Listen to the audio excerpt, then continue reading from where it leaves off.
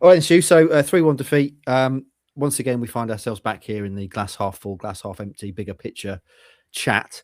I think looking at it, and I've just been editing Carl Fuller's column for tomorrow. He makes a point in which he says that if you'd have taken 6 points from these 3 games, you'd have been pretty happy with that. 2-point average. Had they lost to Coventry, for example, and then beaten Stoke and Leicester, we'd be sitting there going, "Yeah, pretty decent return." So it's just, again, the manner of the fact they've got 2 really good wins, and they've gone and laid an egg at Leicester and turned in another unconvincing performance, which immediately then dampens the mood. So where are you, Stu, in the old glass half full, glass half empty, various other chats debate? Yeah, I think that's a fair point in terms of the points tally from the week.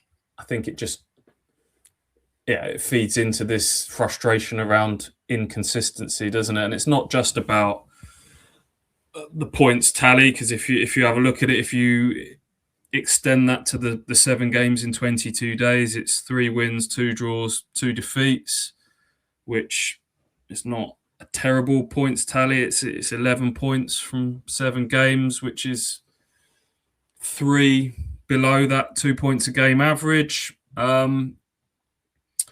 This one, for me, going and losing at Leicester in a game that was changed by some fantastic strikes at the end of a really busy period, isn't going to be what makes or breaks this season for Ipswich. It's going to be Oxford, Blackburn, Charlton, Derby, Wrexham, Watford, those games that have kind of slid by for varying reasons. They're all in the bottom half, those teams, by the way.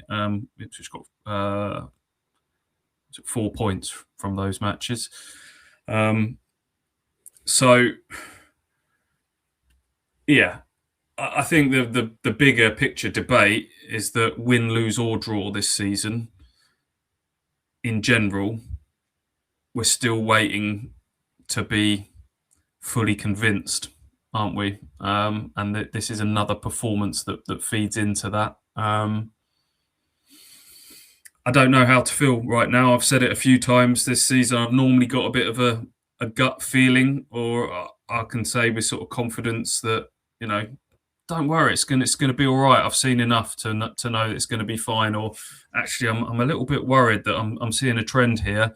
I genuinely don't know, Mark, and we're nearly half a season in at the moment, and I don't know if this team is going to kick on. We were talking before this pod started. I think I said in a previous pod that we keep saying